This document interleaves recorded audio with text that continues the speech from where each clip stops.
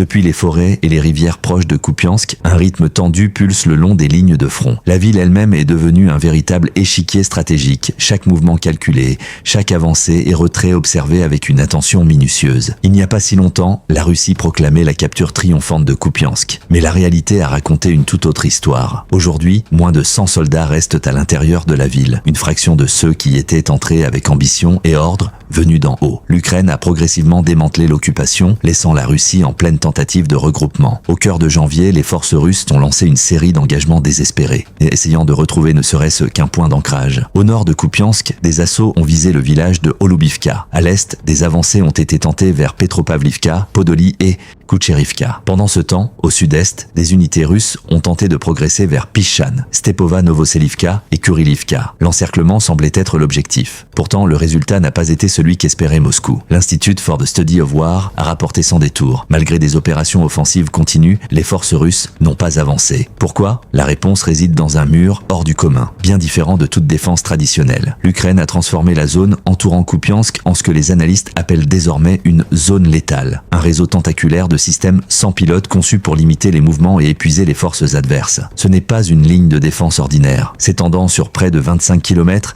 elle est remplie de drones en vue à la première personne, patrouillant sans cesse, prêts à repérer et neutraliser tout véhicule ou soldat tentant d'approcher. Les drones de reconnaissance assurent une surveillance constante, tandis que les drones FPV et Mavic restent en embuscade, transformant chaque tentative de manœuvre en un pari à haut risque. Dans ces zones, les unités russes se retrouvent coincées, leurs mouvements limités à quelques kilomètres seulement les uns des autres. Ceux qui tentent d'avancer subissent des pertes bien avant d'atteindre la ville ou des positions stratégiques, chaque pas en avant devenant de plus en plus périlleux. L'armée de robots de l'Ukraine, opérée par l'unité connue sous le nom d'Orion, complique encore le champ de bataille. Des robots terrestres, certains transportant des fournitures, d'autres déployant des mines anti-chars, patrouillent sur les chemins et itinéraires, obligeant l'ennemi à naviguer dans un environnement conçu pour favoriser les défenseurs à chaque tournant. Une histoire racontée par Militarny illustre parfaitement la réalité sur le terrain. Un soldat russe, connu uniquement sous le nom de Begunok, avait pour mission de guider des unités à travers ces zones létales. Lors de 3 tentatives distinctes,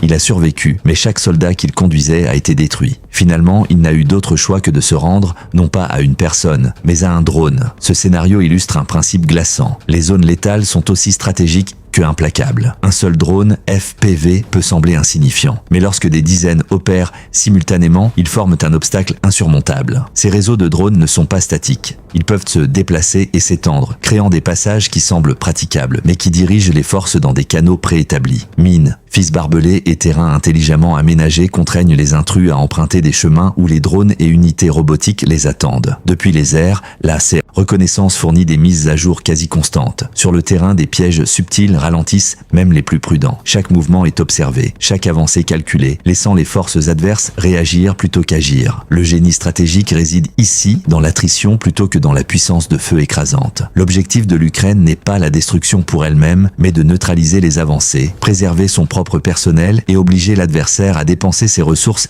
inefficacement. L'ISW note que les enseignements tirés de Kupiansk pourraient s'appliquer à l'ensemble de la ligne de front de 1250 km, créant des réseaux défensifs similaires là où ils sont le plus nécessaires. Une telle stratégie transforme le territoire lui-même en multiplicateur de force, permettant à de petites unités ukrainiennes de contrôler d'immenses étendues de terrain contestés tout en limitant leur exposition. L'Ukraine a investi massivement dans cette approche. D'ici la fin 2025, le pays prévoyait de disposer de près de 3 millions de drones, offrant la flexibilité d'étendre ces zones létales au-delà de Kupiansk. De nouveaux modèles de drones, produits localement, visent à remplacer les anciens systèmes importés, garantissant à la fois durabilité et indépendance vis-à-vis de fournisseurs externes. Cette innovation s'inscrit dans un objectif plus large: contrôler les mouvements, dicter les engagements et réduire systématiquement l'efficacité de tout adversaire qui tente de progresser. À travers Kupiansk et d'autres secteurs contestés comme Pokrovsk et Dobropilia, des défenses superposées intègrent la surveillance par drone avec des obstacles placés avec soin, un soutien d'artillerie et des mesures de contre-mobilité. Ces zones létales créent un champ de bataille multidimensionnel où chaque avancée comporte un risque et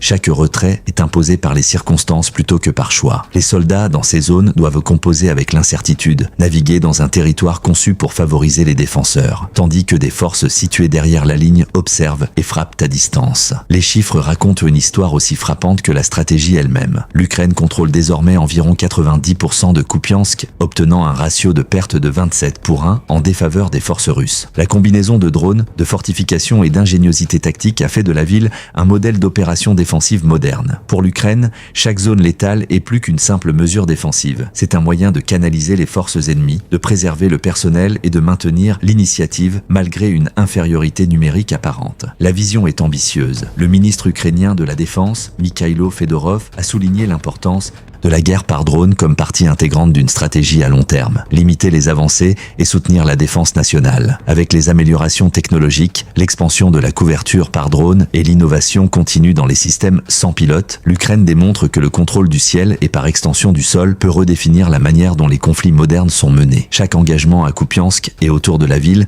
est désormais façonné par ces murs invisibles mais redoutables de drones. Les avancées sont prudentes, les retraits fréquents et les pertes concentrées là où les défenses sont les plus solides. Équipements détruits avant d'atteindre la ligne de front. Infanterie canalisée dans des chemins prédéterminés et systèmes sans pilote coordonnés avec des unités humaines créent un champ de bataille en couches que peu ont jamais vu. C'est une histoire de stratégie, d'innovation et d'adaptation où le bourdonnement discret d'un drone détermine souvent l'issue d'un affrontement. La situation à Kupiansk offre un aperçu de l'avenir de la défense moderne. Précision, contrôle et utilisation intelligente de la technologie pour compenser un désavantage numérique. Mais ce n'est pas seulement une question de drones et de robotique. La profondeur de cette stratégie réside également dans la façon dont l'Ukraine coordonne ses forces humaines avec les systèmes automatisés. Chaque unité sait que le moindre mouvement compte. Chaque manœuvre est synchronisée avec des frappes aériennes, des tirs d'artillerie et des signaux de reconnaissance. La guerre devient ainsi un ballet complexe où l'anticipation, la patience et la lecture du terrain sont aussi importantes que le matériel lui-même. Les forces ukrainiennes observent,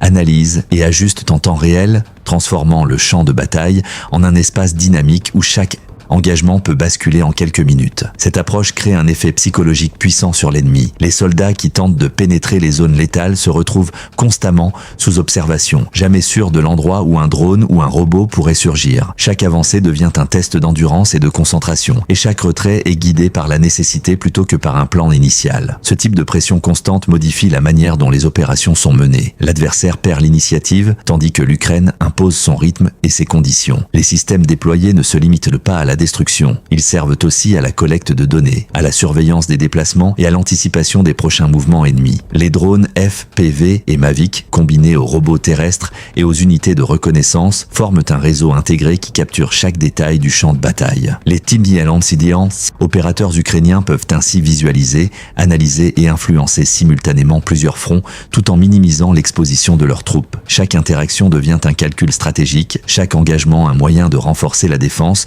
tout en limitant les pertes. Cette méthode transforme Kupiansk en un laboratoire de guerre moderne. Les leçons tirées ici sont applicables sur d'autres secteurs contestés, Pokrovsk, Dobropilia et au-delà. En étendant ces zones létales et en adaptant les tactiques à différents types de terrains, l'Ukraine peut reproduire ce modèle sur toute la ligne de front. Cela signifie que les forces adverses devront constamment réévaluer leur stratégie, sachant que toute avancée pourrait être contenue ou neutralisée avant même de se rapprocher d'une cible réelle. La gestion des ressources est également un aspect clé. La Russie doit mobiliser davantage de personnel et d'équipements pour tenter de percer ses défenses alors que l'Ukraine optimise ses moyens. Cette asymétrie de ressources devient un facteur décisif. Un petit nombre de drones utilisés intelligemment peut créer des effets disproportionnés sur des forces beaucoup plus nombreuses. Alors, si vous voulez rester sur les lignes de front de cette histoire en évolution, voir comment la technologie, la stratégie et l'ingéniosité humaine se confrontent en temps réel, assurez-vous de vous abonner. Activez la cloche de notification, car les batailles d'aujourd'hui et les stratégies à base de drones de demain ne font que commencer. Vous ne voudrez manquer aucune mise à jour du cœur des opérations défensives